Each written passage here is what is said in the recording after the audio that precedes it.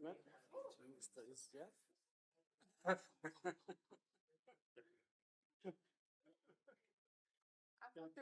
thought you had one person here.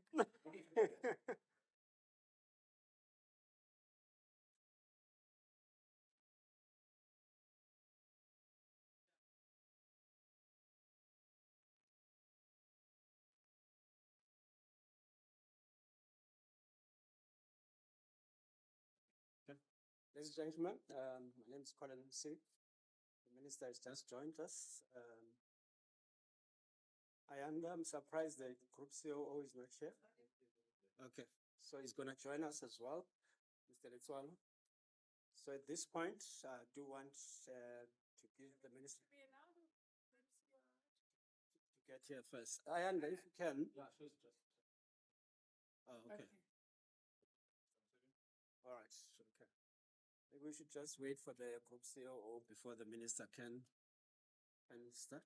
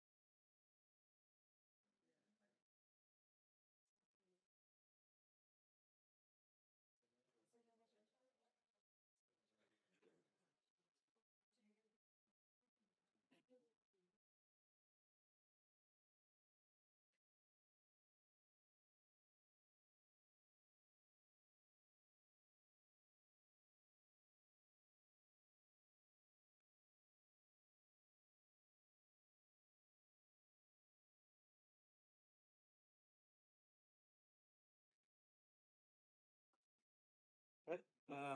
Minister, over to you. Group CEO is with us as well. Thank you very much, and good afternoon to everybody. And I'm accompanied by the Group COO of Transnet, Mr. Sali Letswalo, and he would also be here to answer questions and deal with some of the detail. Today, I have visited the Port of Cape Town, and the purpose of the visit here today is really to meet with the port users. As I think you would be aware, one has been moving from port to port, meeting with users. One has been to the port of eThekwini, Durban. One has also been to Port Elizabeth and Ngqura. And today it's the chance to meet with the port users here in the city of Cape Town. And this meeting is really very, very important because, as you would know, we are about to begin the deciduous fruit season. And here in the city of Cape Town, about 55% of the agricultural produce that is exported in our country goes out through this port. Last year, there were a whole lot of delays. And as a consequence of those delays, there were farmers who experienced problems with their crop rotting on the dock. There was poor communication between the port users and also those who would be in authority here in the city of Cape Town. There were problems, as they always are in the summer, with high wind speeds that disrupted the loading onto ships. There was also, as a result of the delays, a lot of congestion, and residents would have been very irritated, and I think tourists as well, with long lines of trucking queues. And then there was the breakdown of equipment and machinery. We have been working hard with the users over the last couple of months to try and make sure that this season is a better season for the export of deciduous fruit and related products. First of all, since the last season, this port has acquired 75 new pieces of equipment. And this new equipment is helping us with the stacking of containers, with the loading and unloading of ships. We have also worked on a new booking system for trucks so that we have a system where trucks come just in time to unload their products. And we also have a back of port facility where it is possible for trucks to unload, and then we rail the product from the back of port facility here to the docks where it would be loaded onto the ship. Another cause of delay last year was problems with tugs. And so when ships had to be brought into the port or when they had to leave the port, there weren't adequate tugs. Currently, we've now got 3 tugboats that are operating here. And we also have a backup plan in the event of mechanical problems with those tugs that we could be bringing in an emergency vessel from the port of Saldanha. We are currently investigating how we could get access during this fruit season to a helicopter, which would allow us, when there are big swells at sea, to take pilots onto vessels waiting at anchorage so that we can improve the waiting times and the turnaround times. In today's meeting, there were lots of issues raised about the booking system for trucks. There was a request, because we have a plan to procure our own helicopter, that the acquisition of a helicopter be brought forward so that we should reduce the waiting times. We've explained about the booking system for cruise boats, and there is now a facility that we can also anchor cruise boats at the V&A waterfront, so that we shouldn't have a situation where tourists and cruise boat passengers are inconvenienced. The user forum that we have set up is crucial.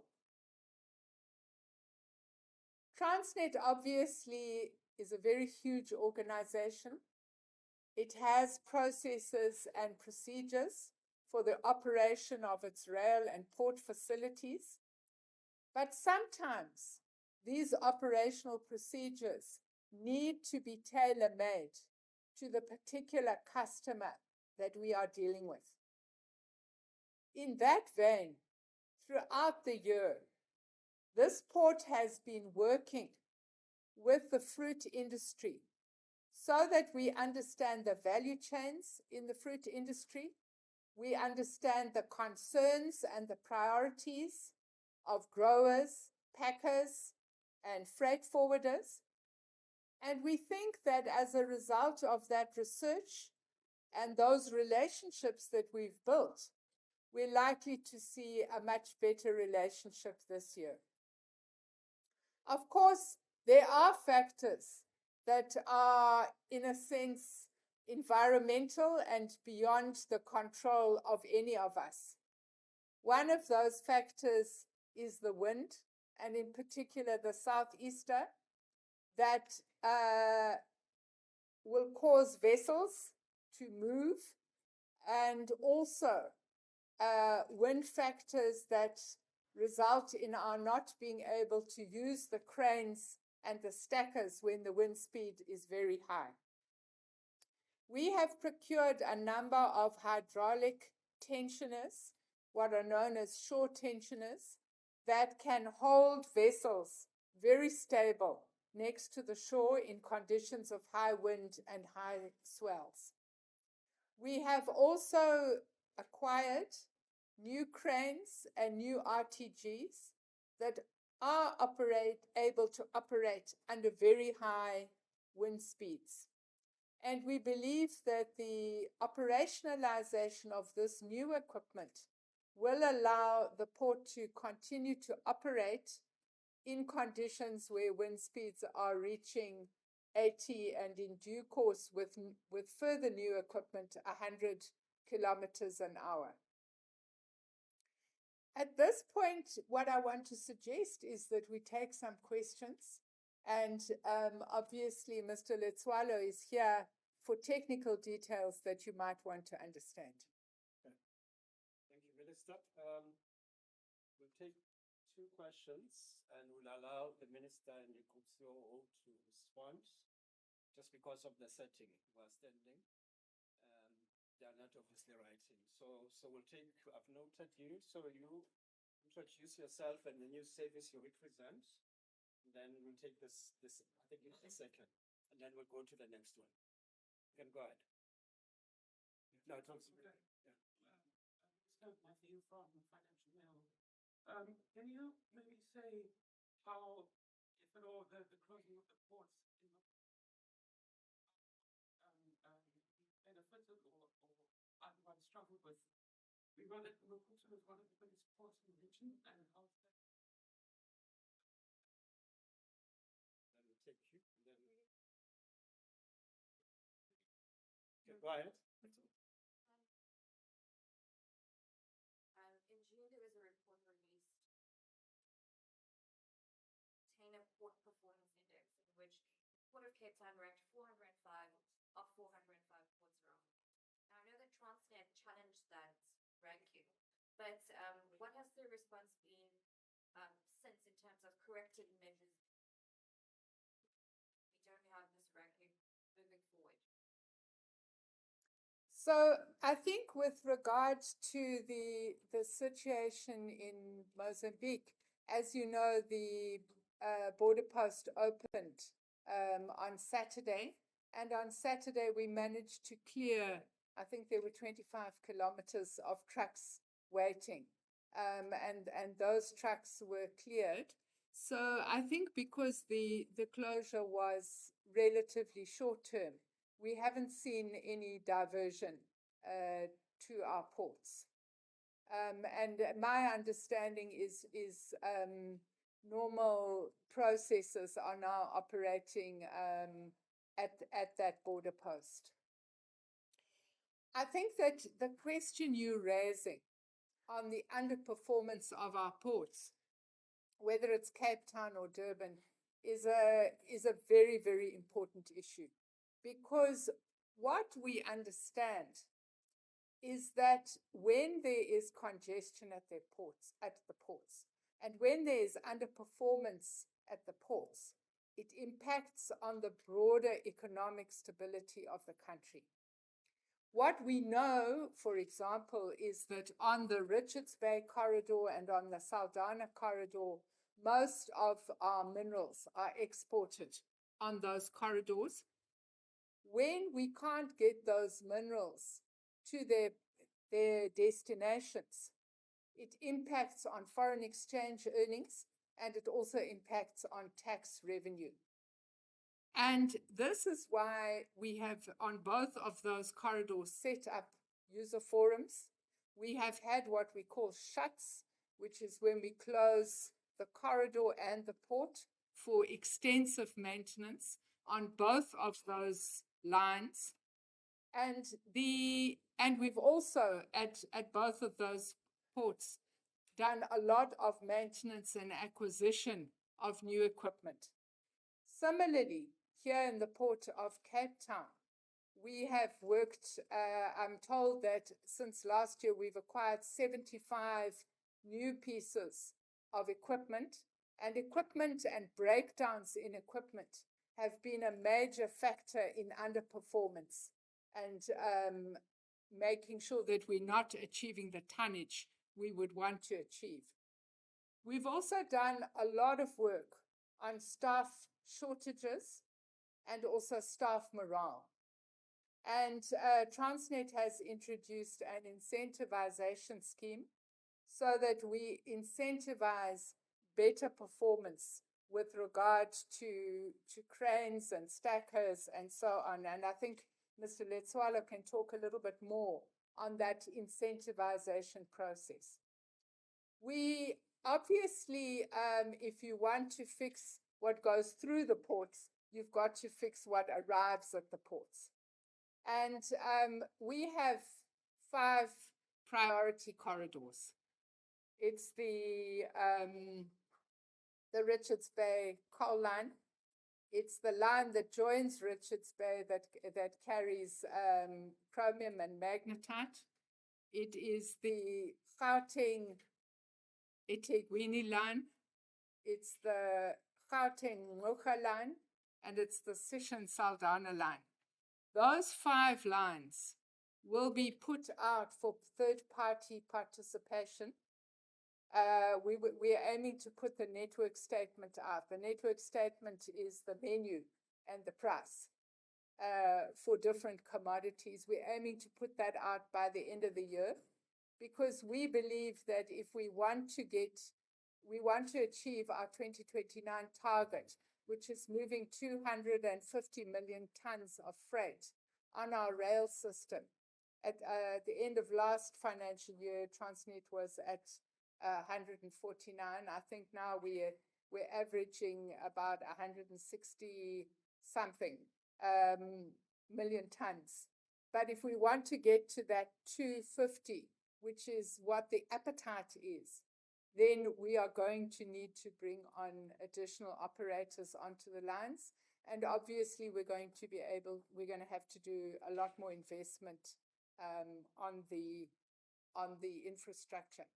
Would you like to say a little bit about improving investment on the lines and also staff morale? All right. I think the first one, Minister, thank you. You've covered already in terms of the investment we will be making in the port of Cape Town, or the container terminal of Cape Town, where equipment that should have been replaced a while back wasn't replaced, and now we have that backlog with equipment that should have already been changed to newer equipment. So that delay is what has led to the very poor performance. So the equipment will start arriving next year. In fact, some has arrived already, the haulers, 45 of them that have arrived. The RTGs and the cranes will arrive next year, and we should start seeing a much, a leap in performance when you put in new equipment. But we're not only waiting for new equipment. I think with the current equipment, we have injected some technical skills into the terminal there to improve the maintenance of the old equipment we've got, which should actually be redundant by now, but we're keeping that going. So we should stabilize the performance enough to be able to handle the demand that we have. And the Minister has mentioned the impact of weather changes. Obviously, that is a great reduction in the performance of the terminal when we wait for hours and hours for wind and then try and catch up. So the solution is obviously to put in higher capacity so that we can catch up quicker. So if you're needing 1 million TEUs worth of capacity, you probably put 1.5, so that whenever you've stopped, you catch up at a much higher tempo. And that's a solution for the future that we need to have. So we can't have a capacity that's equal to the demand. It has to be much higher, otherwise we won't catch up. And from all the other, the network that the Minister has referred to of 250 million tons requires quite a high level of investment. And you will see the same situation where investment that we should have done some years ago is now due. And now we need to invest to catch up with the maintenance of the network of the rail line, the signaling system, and all other parts of our rail network and ports need to be updated, and the update that should have been done in the past. We have started that exercise. We've done some investment in our north line that handles coal and other products, like magnetite and chrome. We've done a part of the upgrade, just the first part. This upgrade will take another 5 years to complete, but we've started that on the ore line. Not so 2 weeks ago, 3 weeks ago, we had shut that ore line, and we're doing part of that refurbishment. to bring the line back to operation. We haven't completed. As I said, it's a process that's going to take a number of years. Next week, or this week, actually tomorrow, we stop the line that's going to PE, and that's also going to be refurbished, and we'll bring up and the port, will be refurbished. The port in terms of the manganese terminal will be refurbished so that we can handle a lot more volume. So work is going on now, although we are behind. So we are where probably 5-10 years ago we should have done some of the work that is being done now. Stop it. Take a second round. Here. Introduce yourself and My question is for Mr. Swallow. I'm Kevin Brandt from ENCA. Can you just talk to me a bit about the budget for this report? If we have a time frame of X amount over so many months, projection in terms of when is this?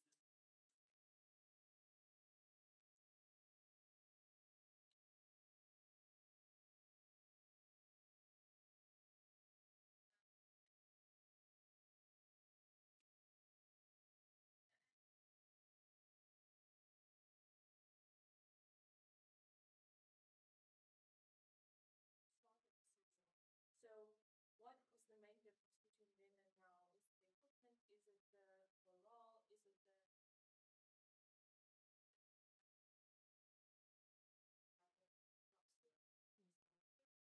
Maybe if one can just start on the budget issues, because I think there's a general point that one would want to make. So the first point is that Transnet is busy looking at specific projects where we will put in an application to the budget facility for infrastructure, the special budget facility for infrastructure that National Treasury has. But we also understand that some of the investments that we would want to make may not all be covered by the fiscus. And therefore, that is why we see third-party participation as being important. Obviously, at the moment, we have some contributions that business is making to infrastructure upgrade and maintenance through the National Logistics Crisis Committee. And I think Mr. Letsoalo can give some detail on that. I think just the key issue of the fruit season this year is, first of all, we do have 75 new pieces of equipment. And this would include RTGs, stackers, haulers. The second difference is that we are trying to have a much more efficient booking system with the trucks. So part of what I think caused enormous problems last year was that we got a whole bunch of people queuing in Duncan Road and spilling into the city. Then you have a bad weather period and that congestion intensifies, and then people get upset and they go back, and then the weather clears and then you have even worse congestion. So I think that we're trying to have a much better system of notification. We're expecting bad weather, don't come. The weather has cleared. Please come in this order at this time.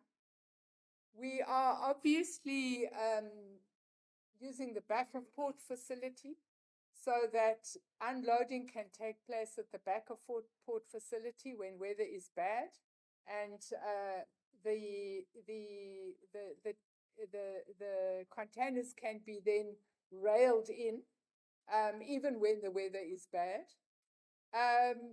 We are also working on staff incentivization and staff morale, because you would understand that if we have to stop for 2 or 3 days because the weather is bad, we then have to incentivize people to deal with backlog and to work extra hard for extra long hours. So incentivization and staff morale become very important under those conditions.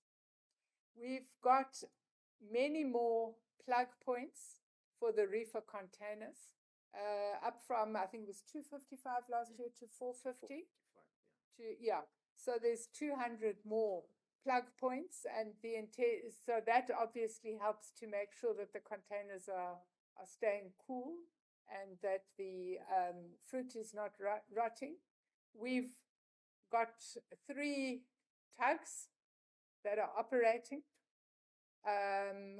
We are also working on additional vessels that can be made available to guide ships in. But the key thing is if you've got better equipment operating in the port and you've got maintenance people on site fixing equipment that breaks down, which is also different from last year, then clearly you can have better turnaround times with your ships. I think, Minister, you've covered it. I think they just want to know the cost of the upgrades in this port. Yeah, look, I can't give you the specific number, but all I can tell you is that we can get that number. But we are changing the cranes, we're changing the RTGs, we've changed the haulers already, and that's the key part of the equipment that we needed to do. So to answer the one part of the question is that by the end of next year, the majority of the equipment would have been installed. And so the next season, which starts December, next year, I mean in 2025, December, we'll have a lot newer equipment and the right amount of equipment to handle that. So the season after this one that's starting next month will be much better. And people-wise, we have increased the number of people, the number of gangs that we're using. Last year, we were using 7 to 8 cranes. Now we're going to be using 9 cranes during this season. Definitely a lot more ready. And Minister, without me repeating, there were quite a number of issues that affected us. And the Minister said it at the beginning, but your question seemed to refer back to that. There were probably about 9 different things that we need to deal with. And I don't want to repeat. I think we can talk offline, repeat those issues. But that's about it. It's the last round. So I have this.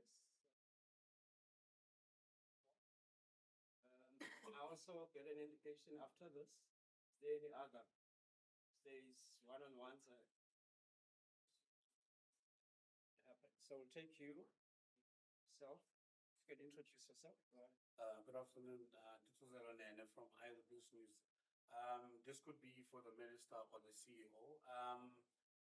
We've heard the Minister outline all the interventions that have been undertaken to improve the efficiency and the working of the port.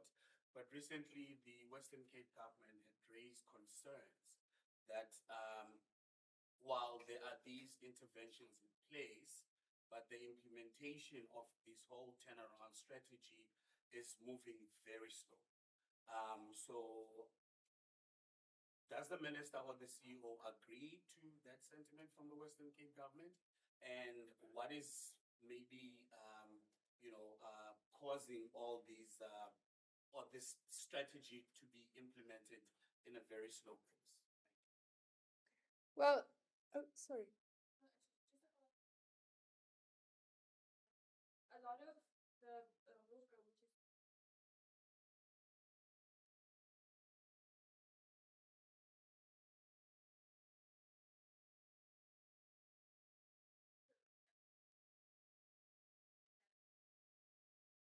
even accommodate that.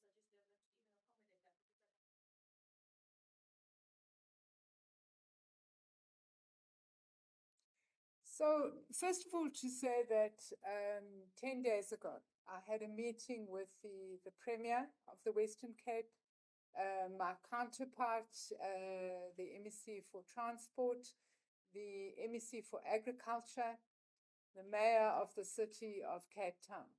And we discussed this issue and we explained to them the improvements that we are putting in now. This is not just a theory, it's things that are changing now. Today, MEC Mayor the MEC of Agriculture, was in the meeting today, and he spoke in the meeting, and he said he was very pleased with the plan, and he's very pleased with the cooperation, intergovernmental cooperation, but also cooperation between users and Transnet.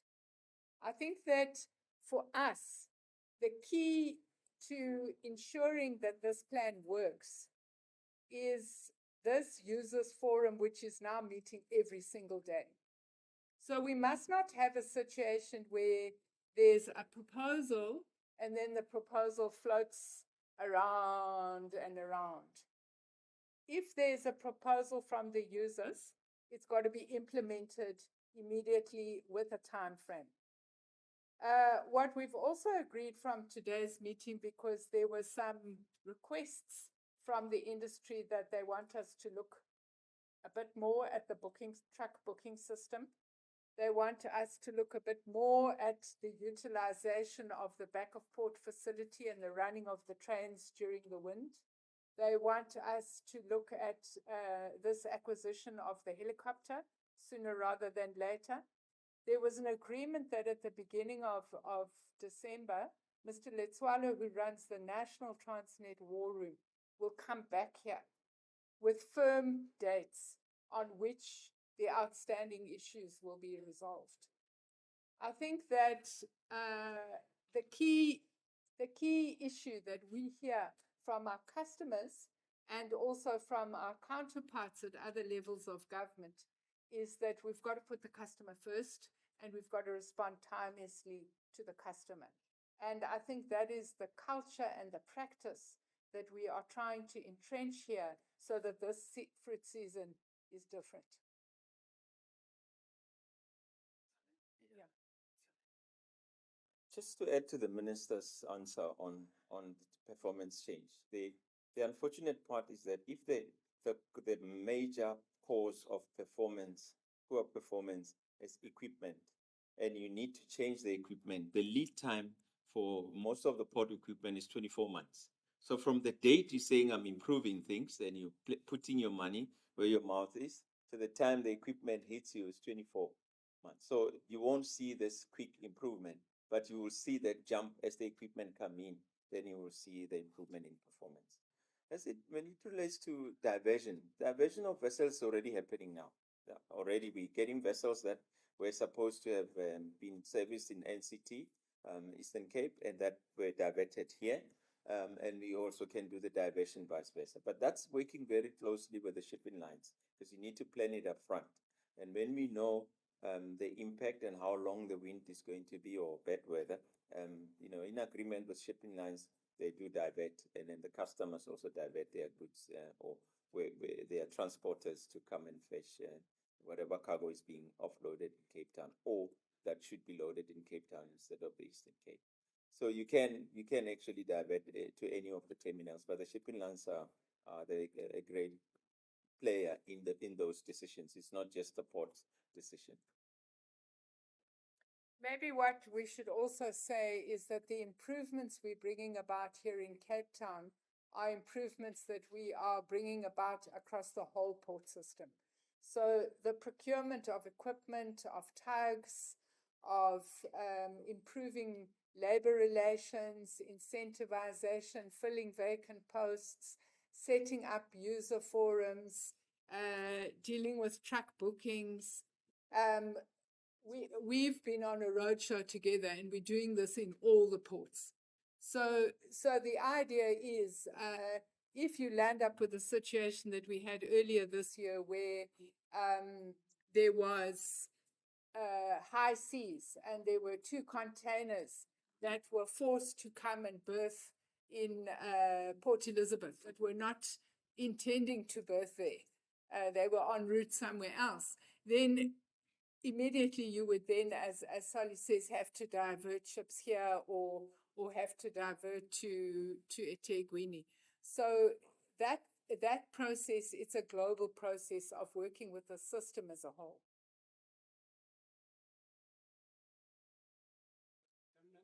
That brings us to the end of the presser. We are going to take one-on-ones. Minister, there's newsroom which has requested you in particular.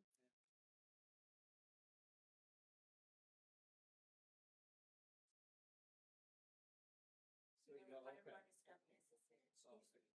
Can I just get an indication